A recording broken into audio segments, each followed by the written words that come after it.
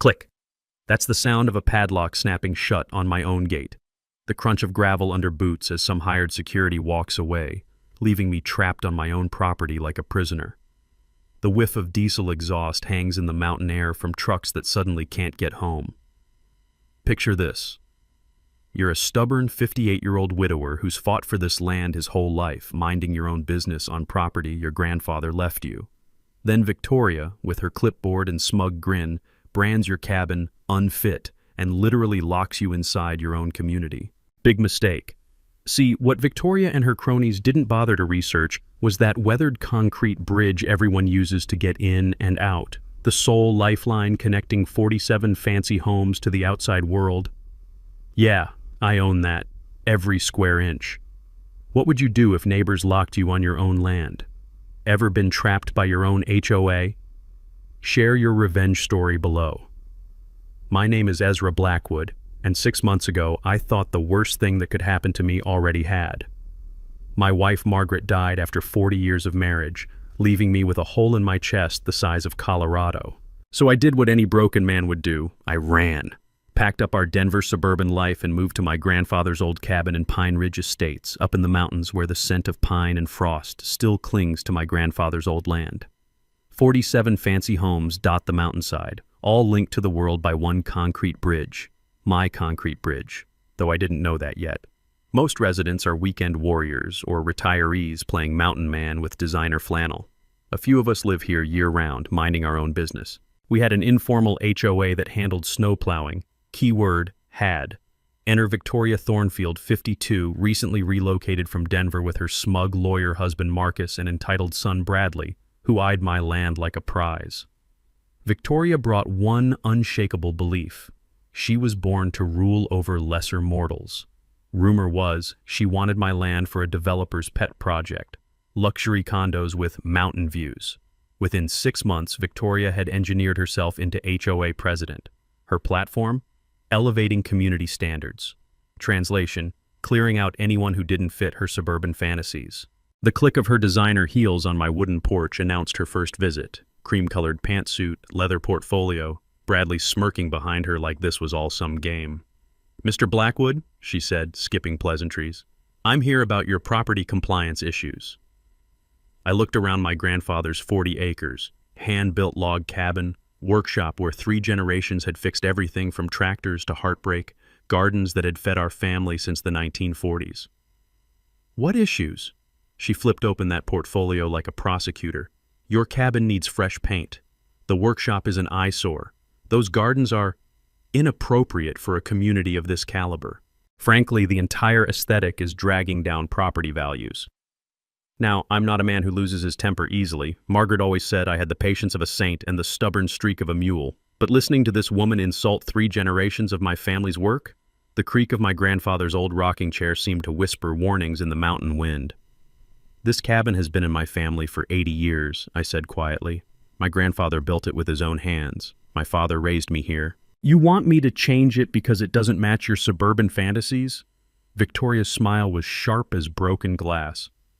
"Mr. Blackwood, we all have sentimental attachments, but progress requires sacrifice. I'm sure you understand." "I understand perfectly. The answer is no." She closed the portfolio with a snap. Bradley chuckled behind her. "We'll see about that." 2 weeks later, an official envelope appeared in my mailbox. Some anonymous citizen had filed complaints with Jefferson County about unpermitted structures on my property. The county inspector, a nervous kid who kept apologizing, explained that every building needed current permits and architectural surveys. The bitter taste of morning coffee turned to ash as I calculated $3,200 in fees for permits on buildings that had stood longer than most Pine Ridge residents had been alive. Victoria's first shot across the bow. But here's what she didn't know about the Blackwood family. We don't roll over for bullies. My grandfather fought claim jumpers in these mountains. My father stood up to corrupt county officials who tried to steal our water rights. That night, sitting in the workshop surrounded by 80 years of family history, I realized Victoria Thornfield had just picked a fight with the wrong man. Her words cut deeper than the mountain wind, but I wasn't about to let her win. She thought she was dealing with some grieving old fool who'd pack up and disappear. She had no idea who she was messing with. Ever had a neighbor try to control your life? Wait till you hear what I did next. Victoria didn't waste time savoring her permit victory. 3 days after I wrote that $200 check, she struck again. This time she brought a surveyor, her brother-in-law naturally, to re-establish proper property boundaries. I was drinking my morning coffee when I heard the whir of surveying equipment cutting through the mountain silence. Through my kitchen window, I watched Victoria's brother-in-law, smirking like her, set up his shoddy transit on what I knew damn well was my land. "Morning," I called out, walking over with my coffee still steaming in the cold air. "Mind telling me what you're doing on my property?" Victoria's brother-in-law had the surveying skills of a drunk GPS and twice the arrogance. "We're resurveying community green space," he said, not bothering to look up. "Seems there's been some confusion about boundaries." "No confusion here. My property line runs 20 feet past that oak tree. Been that way since 1943, long before this community existed." He finally looked at me, that family smirk widening like he was enjoying some private joke. "Well, according to our instruments, you've been encroaching on community property for years. Amazing what proper equipment reveals."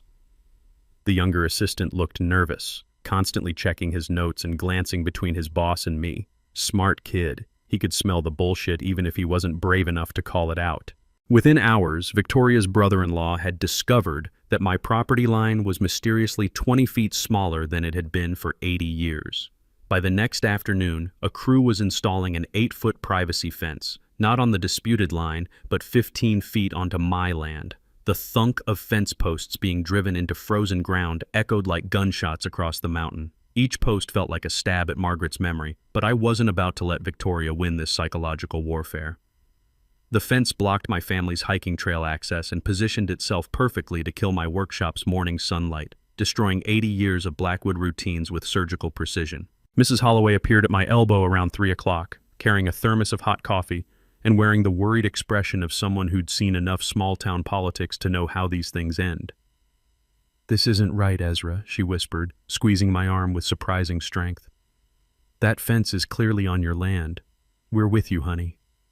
Then she glanced nervously toward Victoria's house, where curtains twitched in an upstairs window, and hurried away like she was afraid of being seen consorting with the enemy. That evening I called Becker and Associates, the county's most respected surveying firm.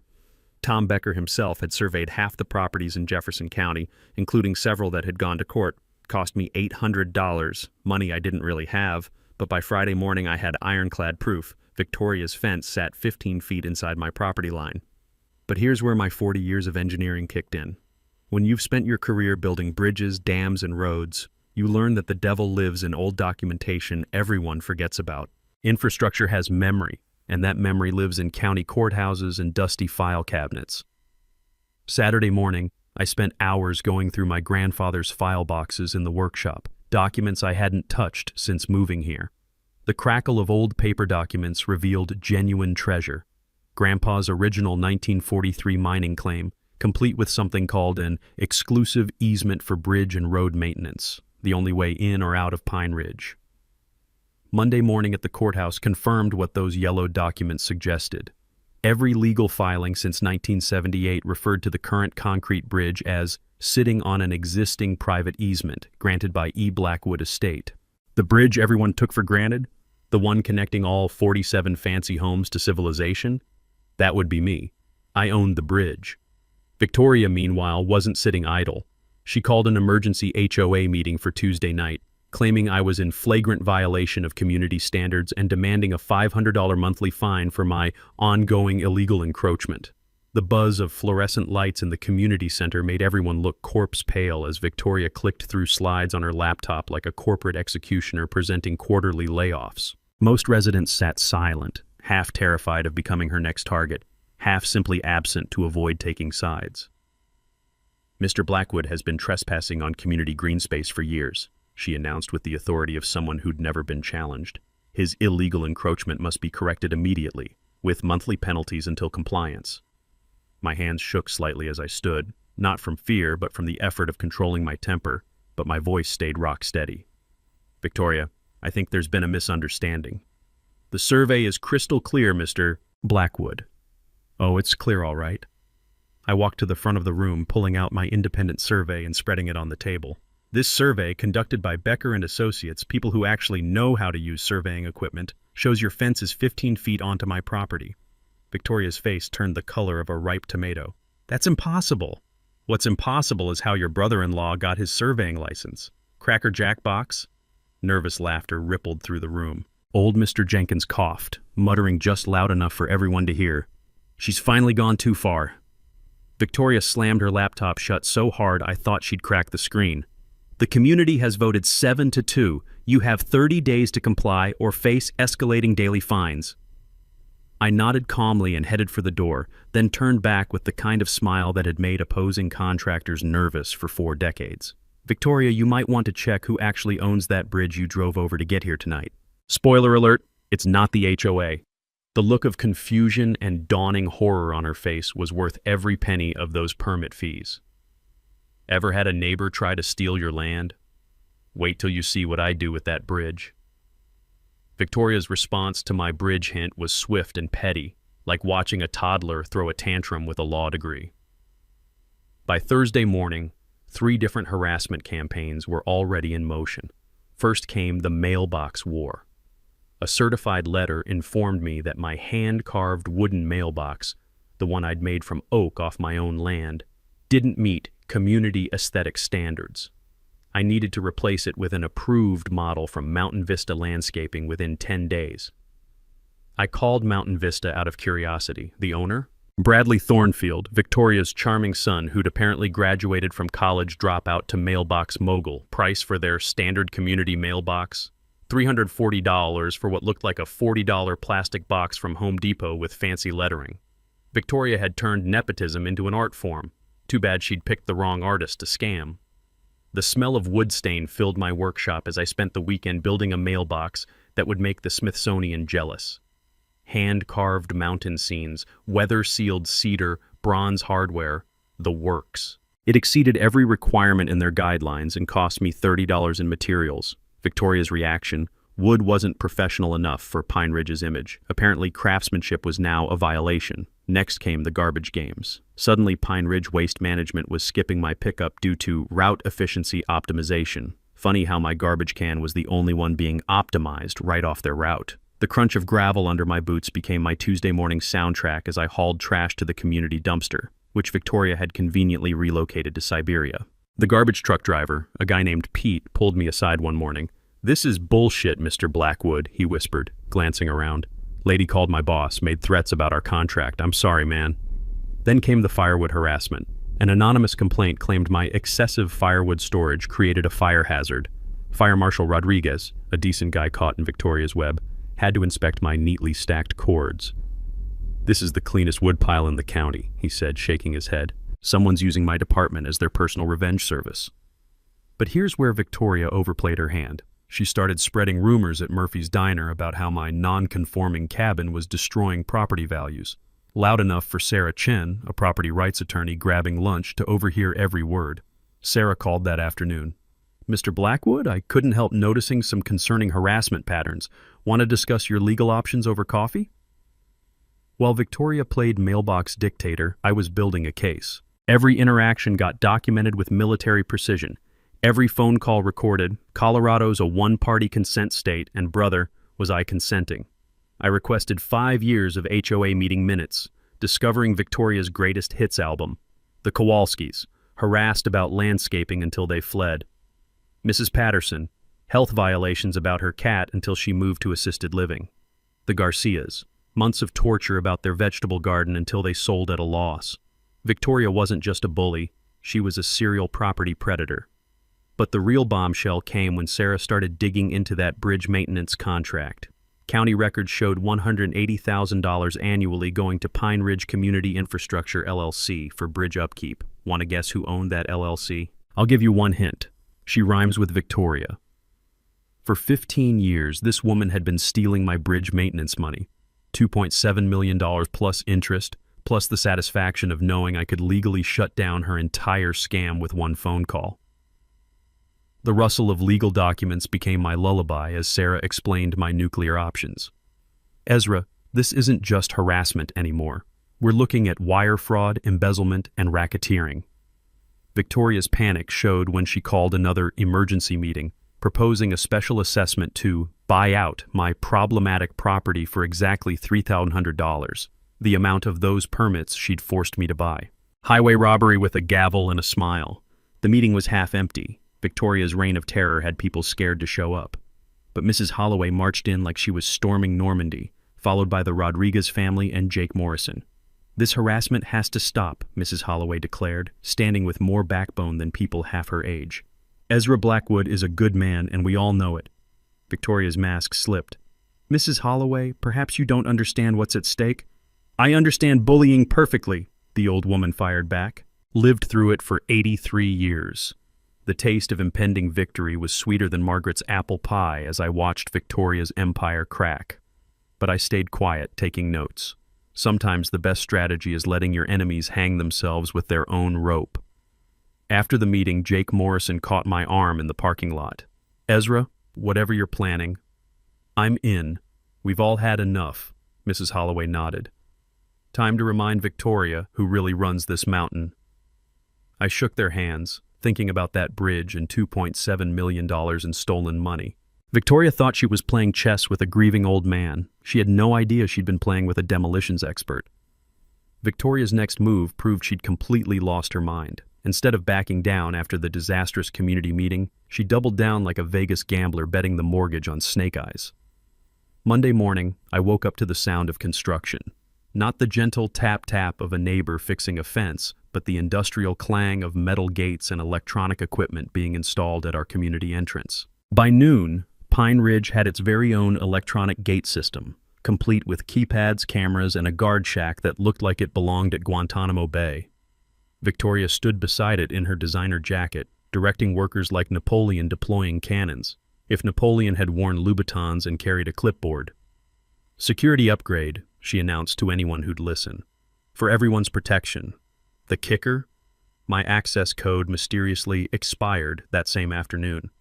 I returned from a supply run to find myself locked out of my own community. The gate's red light blinked at me like a robotic middle finger, and the intercom crackled with the voice of some rent-a-cop who'd clearly been briefed.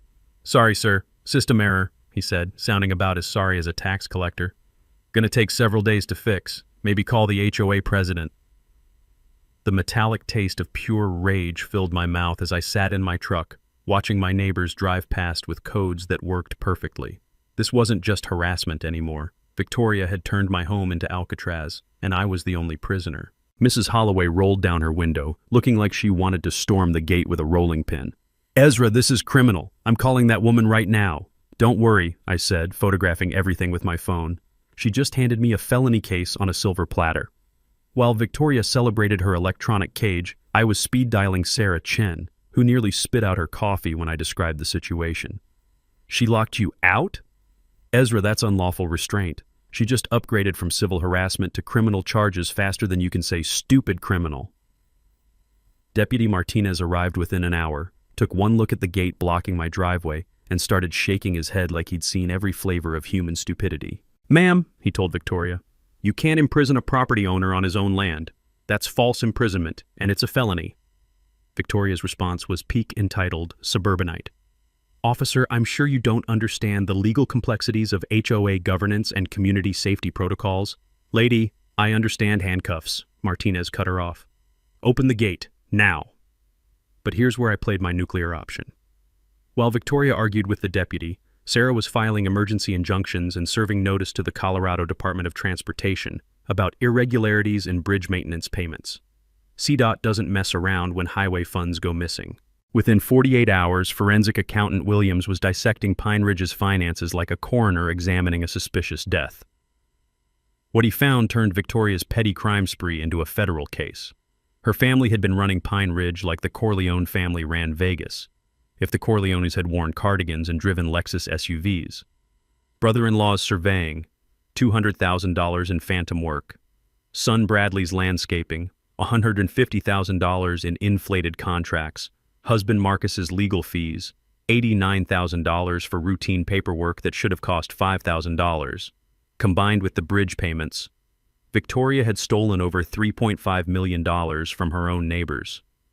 That night, the distinctive hum of industrial shredders could be heard from Victoria's house. Apparently, someone was having a midnight document barbecue. Too bad Williams had already downloaded everything from the county's digital archives. the community's reaction was like watching a dam burst. Jake Morrison organized an emergency meeting at Murphy's Diner, and 23 residents showed up with receipts, invoices, and stories that would make a prosecutor salivate. "She charged us $8,000 for emergency road repair," fumed the Garcias. Turned out to be her nephew throwing some gravel in a pothole. Mrs. Patterson's daughter drove up from Denver with a folder full of fraudulent bills. Mom paid $3,000 for community lighting upgrades, found the same solar lights at Walmart for $89. The rumble of angry voices filled the diner as resident after resident realized they'd been funding Victoria's lifestyle for years. The woman hadn't just been stealing money. She'd been stealing their trust, their peace, and their community. But Victoria wasn't going quietly into that good night. Her panic response was scheduling an emergency Friday meeting to demand the community purchase bridge rights from me for $50,000, roughly 1% of what she'd stolen.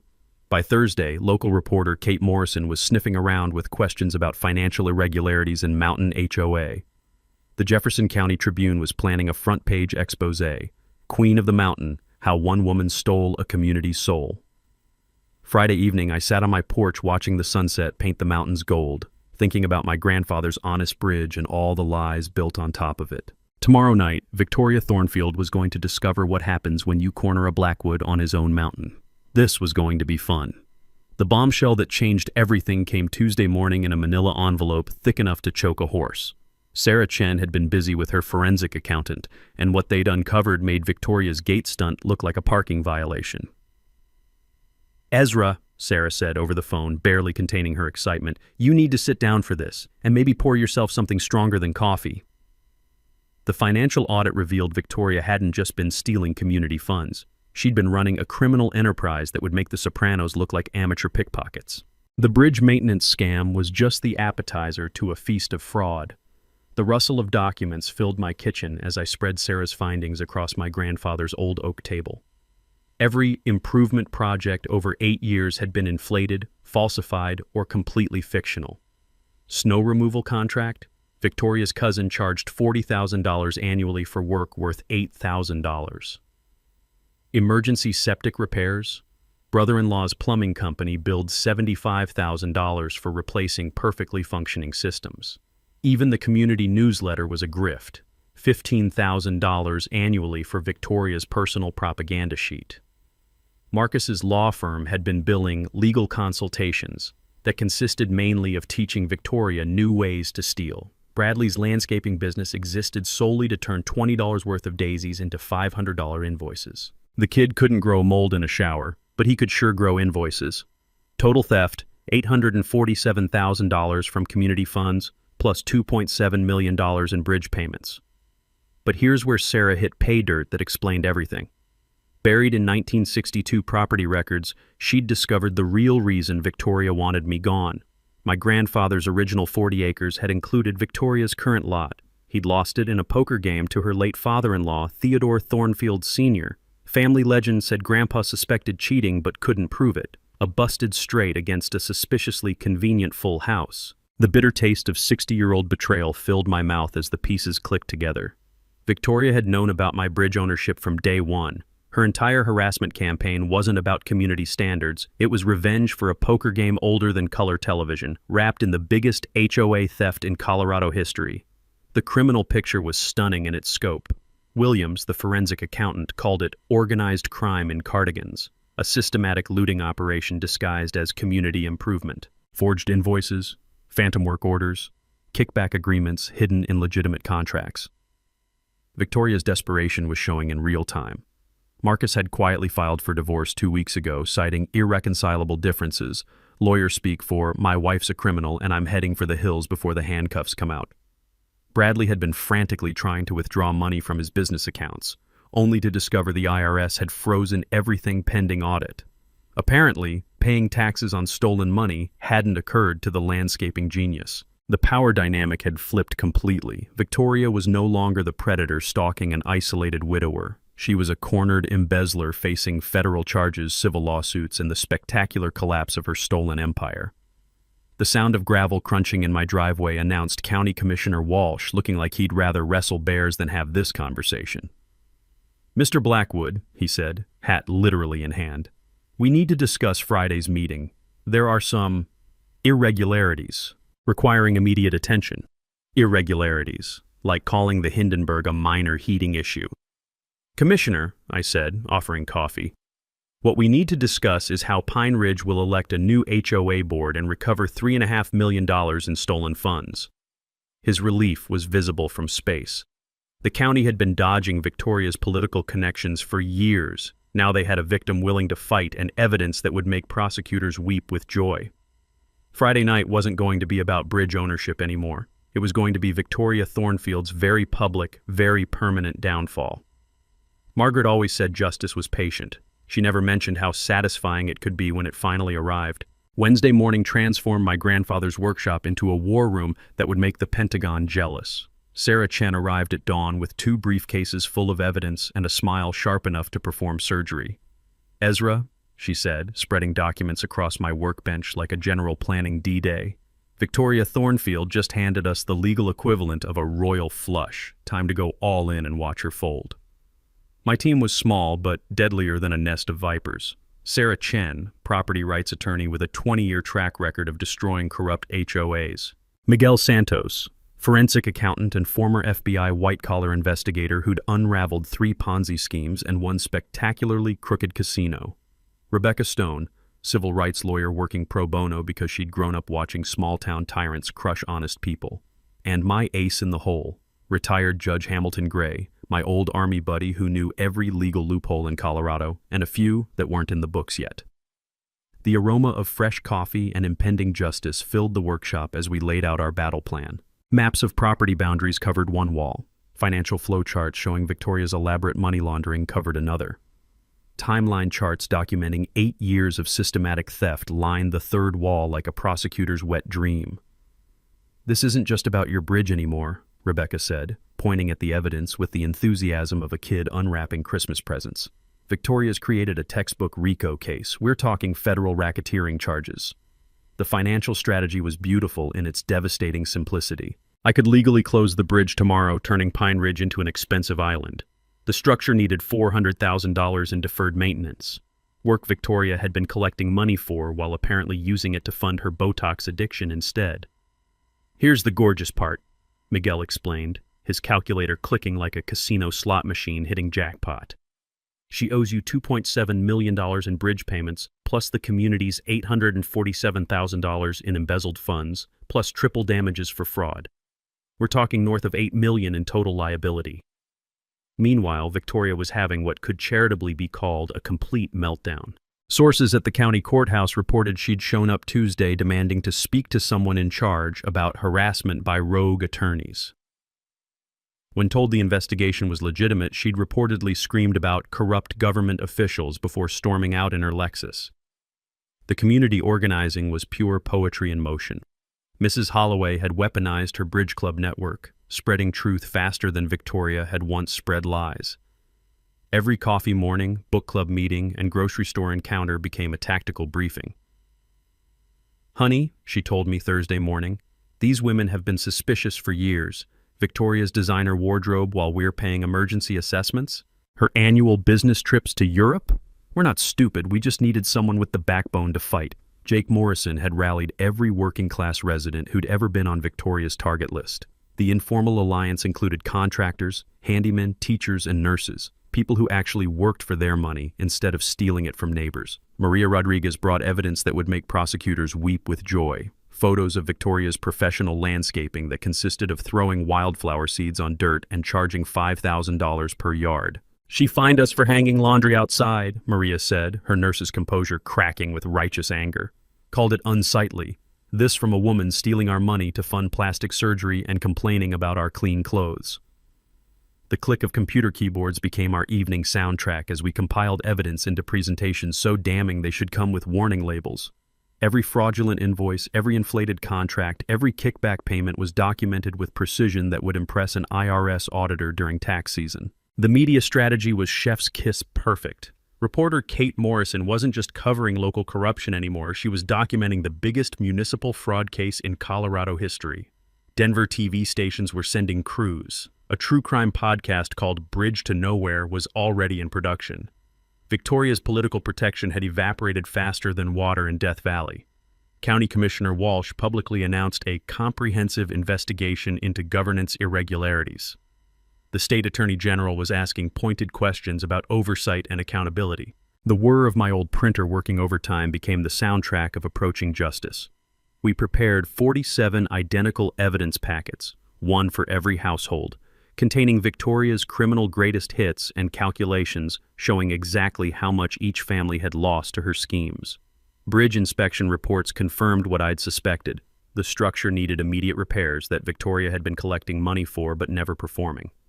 Engineering analysis proved I could legally close it for safety reasons, effectively holding the entire community hostage until someone ponied up $400,000. Hamilton Gray provided the legal coup de grace.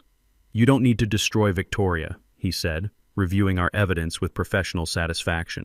"She's already destroyed herself. We just need to document the spectacular explosion." By Thursday evening, everything was locked and loaded, evidence ready, media alerted, law enforcement briefed, Victoria isolated and panicking. Friday night was going to be more entertaining than Netflix and twice as satisfying. Time to show Victoria what happened when you picked a fight with the wrong mountain man. Victoria's descent into full-blown criminal desperation began Thursday morning when she hired a private investigator to dig up dirt on my past. Unfortunately for her, she'd picked the wrong target for a smear campaign. The PI, a sleazy guy named Kruger who looked like he'd failed the police academy twice, spent exactly 3 days investigating Ezra Blackwood before having what could only be described as a crisis of conscience. "Mr. Blackwood," he said, appearing at my door Friday morning looking embarrassed enough to hide under a rock, "I need to return Mrs. Thornfield's money and give you some information. Turns out my military service record and engineering awards made me look like a Boy Scout compared to Victoria's criminal enterprise." But Kruger had discovered something even more damaging. Victoria's previous HOA conflicts in Denver, where she'd used identical tactics against 3 different communities before fleeing to Pine Ridge. "She's a serial HOA predator," Kruger explained, handing me a thick file. "Denver, Colorado Springs, Boulder, same pattern every time. Take over the board, install family members as contractors, steal everything that isn't nailed down, then disappear when the heat gets too intense." The rustle of damning evidence felt like Christmas morning as I flipped through photos of Victoria's previous victims and their remarkably similar stories. But Victoria wasn't done making catastrophically stupid decisions. Thursday afternoon, she approached County Inspector Williams with an envelope containing $5,000 in cash and a suggestion that my cabin might have structural issues requiring immediate condemnation. Williams, an honest civil servant with 30 years of experience and zero tolerance for corruption, immediately reported the bribery attempt to the district attorney's office. "Ma'am," he told Victoria, "I've seen some desperate people in my time, but trying to bribe a county official is a new level of stupid. Have a nice day and expect a visit from some folks with badges." Meanwhile, I was playing the longest chess game of my life. While Victoria panicked and committed felonies, I was quietly installing security cameras around the bridge approaches and contracting with Peterson Engineering for a routine safety inspection that would document every expensive repair Victoria had been avoiding. The bridge inspection results were damning: structural degradation that should have been addressed annually, drainage issues that could cause foundation problems, railing systems that violated current safety codes. Total repair cost: exactly the $400,000 Victoria had been stealing for maintenance. The mechanical whir of Peterson's equipment echoed across the valley as they documented 8 years of deferred maintenance that Victoria had been collecting money for while spending it on designer handbags. Sarah Chen arranged with the Colorado Department of Transportation for emergency access protocols, basically legal permission to close the bridge if safety concerns required it. CDOT was thrilled to cooperate, considering they'd been unknowingly funding Victoria's shopping sprees with highway maintenance money. Victoria's family was imploding spectacularly. Marcus had moved out Tuesday night, taking nothing but his law books and his dignity. Bradley was frantically trying to liquidate his fake landscaping business before the IRS seized everything. Even Victoria's sister Patricia, a Pine Ridge board member, resigned in a letter that basically said, "I can't be associated with this criminal anymore." The community intimidation campaign was Victoria's final desperate gambit. Anonymous threatening letters appeared in mailboxes of my supporters, warning about consequences for supporting troublemakers. Social media harassment targeted Maria Rodriguez and Jake Morrison with fake accounts posting personal information and veiled threats. The scratch of security camera installation in pre-dawn darkness became my new morning routine as I documented every act of harassment. Victoria was creating evidence against herself faster than a criminal justice textbook could catalog felonies.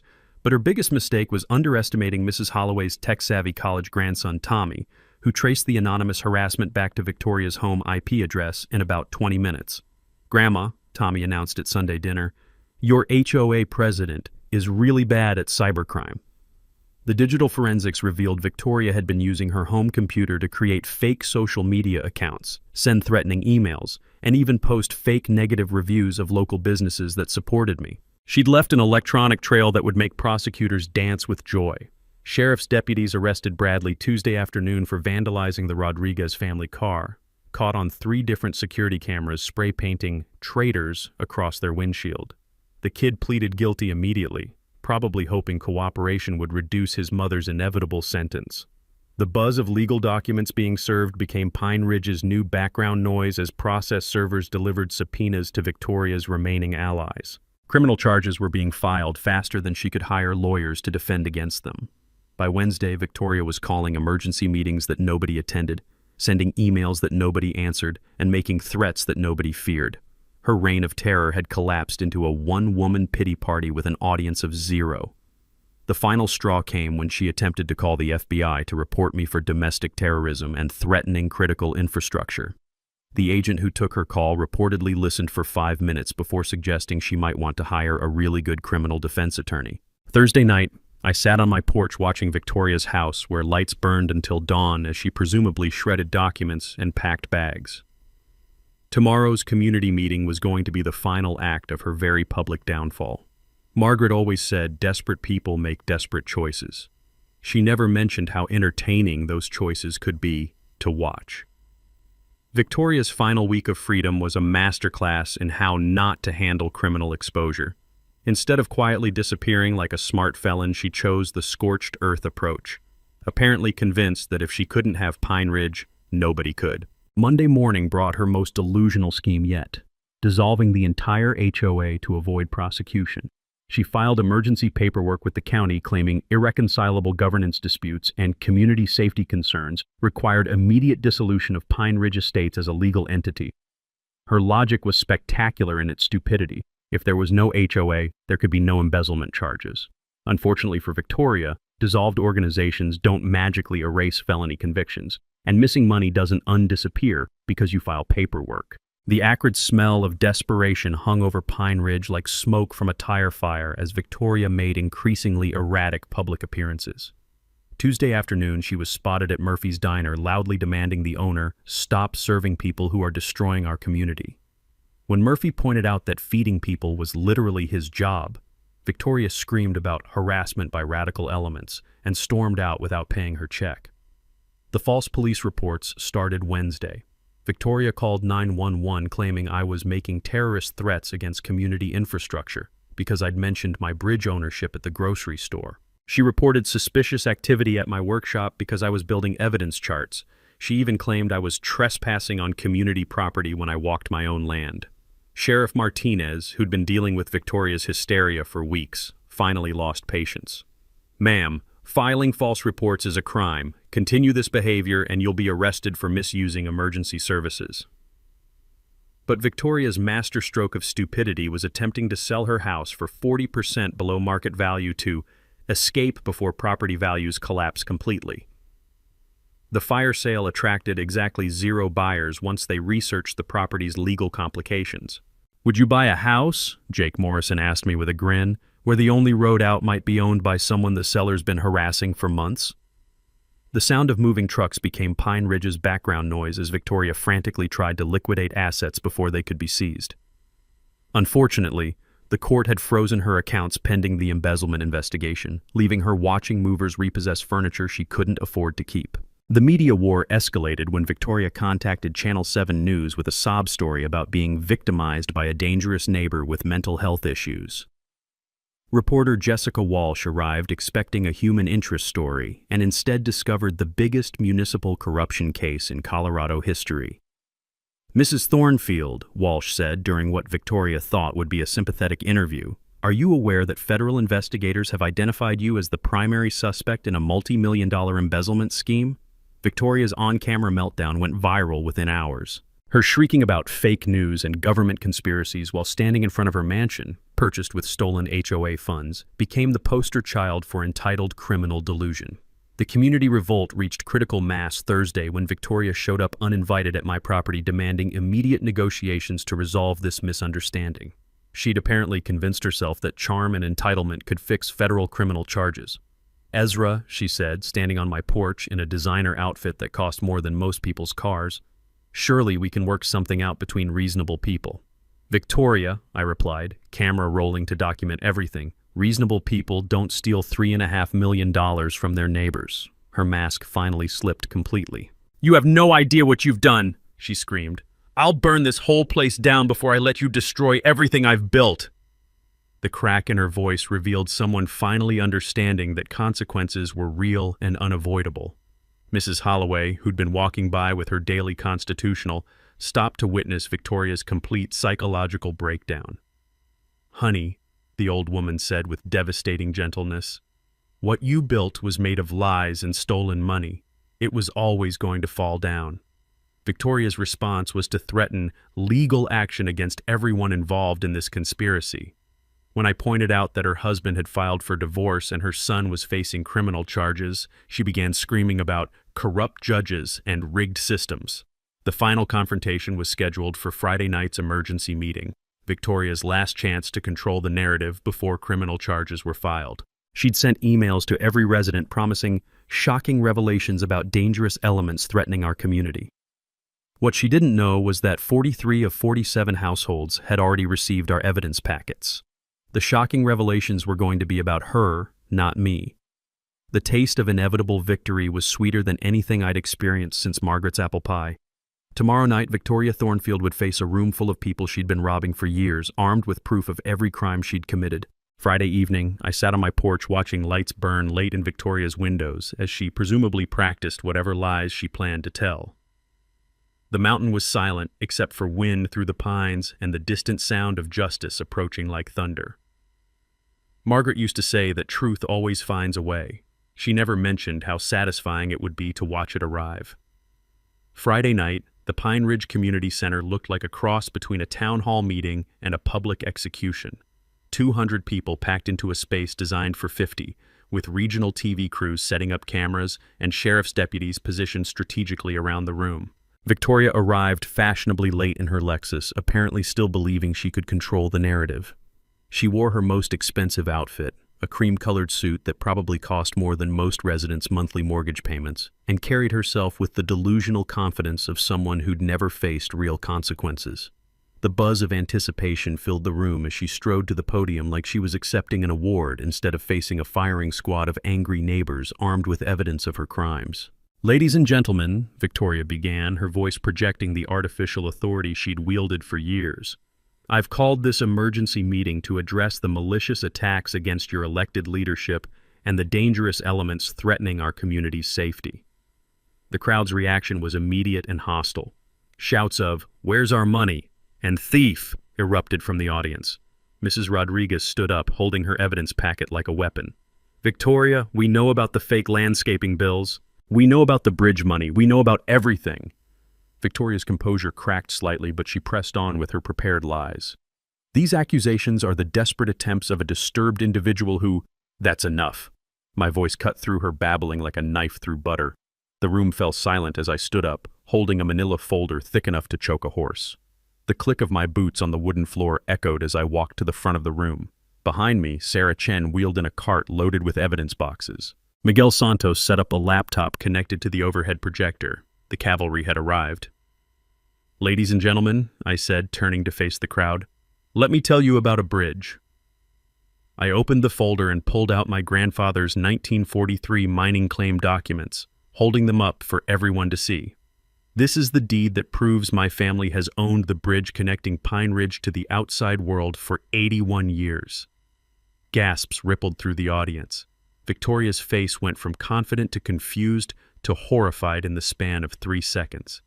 For the past 15 years, I continued, the Colorado Department of Transportation has been paying bridge maintenance fees to Pine Ridge Community Infrastructure, LLC. That's Victoria's shell company. She's been stealing money that legally belongs to me, $2.7 million. The projector screen lit up with financial documents showing every fraudulent payment. The crowd's murmur turned into an angry roar as they saw the scope of Victoria's theft. But that's not all, I said, enjoying every second of Victoria's growing panic. Mrs. Thornfield has been running a criminal enterprise disguised as community improvement. Every project, every contract, every special assessment, all of it designed to funnel your money into her family's pockets. Miguel stepped forward with a laser pointer, highlighting the financial flowcharts showing Victoria's embezzlement network. Total theft from community funds, $847,000 over 8 years. Brother-in-law's surveying company, son's landscaping business, husband's legal fees, all inflated by hundreds of %. Victoria tried to interrupt. These are fabricated documents. This is a conspiracy to... Ma'am, Sheriff Martinez said, stepping forward with handcuffs gleaming under the fluorescent lights. You have the right to remain silent. I'd suggest using it. The room erupted in applause as Martinez read Victoria her rights. Criminal charges, embezzlement, fraud, bribery, filing false police reports, and racketeering. Federal prosecutors were preparing additional charges related to interstate wire fraud and money laundering. The metallic click of handcuffs closing around Victoria's wrists was the sweetest sound I'd heard since Margaret's laughter. The woman who'd tried to destroy my life was finally facing justice for her crimes. "You can't do this," Victoria screamed as deputies led her toward the door. "I'll fight this. I'll appeal. Victoria," I called out, stopping her mid-rant. "You might want to save your energy. You're going to need a really good lawyer." The crowd's laughter followed her out the door and into the patrol car, where camera flashes documented the end of her reign of terror. County Commissioner Walsh took the podium to announce the immediate dissolution of Victoria's HOA board and the appointment of an interim governance committee. Criminal prosecutors would work with federal investigators to recover stolen funds and return them to the community. "Mr. Blackwood," he said, turning to me, "what are your intentions regarding bridge access?" I stood up, looking at the faces of neighbors who'd suffered under Victoria's tyranny for years. "The bridge will remain open, but Pine Ridge is going to purchase proper ownership for fair market value, $50,000. That money will go directly into a community scholarship fund." The standing ovation lasted 5 minutes. Mrs. Holloway wiped tears from her eyes. Jake Morrison pumped his fist in the air. Maria Rodriguez hugged her children, finally free from Victoria's harassment. The flash of camera bulbs documented the moment Pine Ridge reclaimed its soul from a thief who'd nearly destroyed it. Outside, Victoria's patrol car disappeared into the mountain darkness, carrying away 8 years of corruption and fear. Justice had finally come to Pine Ridge, and it had arrived in handcuffs. 1 month later, Victoria Thornfield stood in Jefferson County Court wearing an orange jumpsuit that clashed spectacularly with her designer sensibilities. She pleaded guilty to embezzlement, fraud, and bribery charges rather than face a trial that would have lasted months and embarrassed her even more publicly. Judge Hamilton Gray, my old Army buddy, now presiding over Victoria's sentencing, showed no mercy for HOA tyrants who robbed their neighbors. 3 years in state prison, $3.5 million in restitution, and 500 hours of community service cleaning highways. Marcus had already fled to Denver with his tail between his legs, while Bradley was working minimum wage at a gas station, apparently learning what honest work looked like for the first time in his privileged life. The sound of children's laughter now filled the space where Victoria's mansion once stood. The community had purchased the foreclosed property and converted it into Pine Ridge's first public park, complete with playgrounds, picnic areas, and a memorial garden honoring honest governance and neighbor cooperation. The bridge renovation became Pine Ridge's greatest community project. Residents volunteered weekends to help with everything from concrete work to painting railings. Jake Morrison coordinated the construction, Mrs. Holloway organized meal delivery for volunteers, and Maria Rodriguez's nursing skills came in handy for inevitable construction injuries. The new HOA board, elected in a landslide vote for transparency, implemented revolutionary concepts like competitive bidding, public financial records, and monthly meetings with actual citizen participation. The difference was stunning. Community projects that Victoria had priced at $50,000 were being completed for $8,000 by honest contractors grateful for legitimate work. Property values increased 15% within 6 months as word spread about Pine Ridge's transformation from corruption to cooperation. New residents were specifically attracted to the community's commitment to democratic governance and financial transparency. The waiting list for homes grew longer than a grocery store line during a blizzard. My personal transformation surprised everyone, especially me. Grief-induced isolation had given way to reluctant leadership as residents kept asking for advice on everything from contractor disputes to municipal politics. The workshop became an informal community center where neighbors gathered to solve problems the old-fashioned way, by talking to each other like human beings. The scent of fresh coffee and friendship replaced the bitter taste of conflict as Pine Ridge healed from Victoria's reign of terror, Mrs. Holloway's widowed sister Sarah and I had been spending considerable time together, sharing stories about loss, resilience, and second chances that life sometimes offers when you least expect them. The ripple effects spread far beyond our mountain community. Bridgegate became a case study in property rights law schools across the country. The Colorado legislature passed the Pine Ridge Act, requiring HOA financial audits and criminal background checks for board members. Other communities facing similar corruption began calling for advice on fighting back against petty dictators. Documentary filmmaker Rebecca Martinez optioned our story for an independent film titled The Bridge to Justice. The advance money went directly into Pine Ridge's scholarship fund, which had already sent 3 local kids to college with full rides. Victoria's theft had inadvertently funded the next generation's education. Local businesses thrived without Victoria's intimidation and kickback schemes. Murphy's Diner became the unofficial community center, hosting monthly democracy dinners where residents discussed local issues over home-cooked meals. The economic boost was remarkable. Turns out honest governance was good for business. Justice served came with a side of sweet irony. Victoria was released after 18 months for good behavior, forced to live in a studio apartment and work retail while banned from serving on any board or nonprofit organization. She'd become a cautionary tale about unchecked power and greed, exactly what she deserved. The crisp mountain air carried the sounds of a healthy community as I sat on my porch one evening, watching the sunset paint the peaks gold. My phone rang with another call from a desperate homeowner in Arizona facing similar HOA corruption, water rights this time, instead of bridge ownership. Mrs. Holloway, now serving as Pine Ridge's democratically elected president, stopped by with fresh apple pie and encouragement. "Ezra, that Arizona community needs you. We've got things handled here." I looked at the bridge spanning the valley, now properly maintained and honestly governed, connecting homes where neighbors actually talk to each other instead of scheming against each other. "What do you think, Margaret?" I whispered to the mountain wind. The answer came in the form of children playing in Victoria's former garden, their laughter echoing across water flowing freely under an honest bridge. Time to help another community learn that sometimes the little guy wins, but only when they fight smart instead of fighting angry. Share your HOA nightmare story below. Your experience might help someone else fight back. Subscribe for more stories about ordinary people standing up to corrupt authority. Because sometimes justice wears work boots and carries surveying equipment.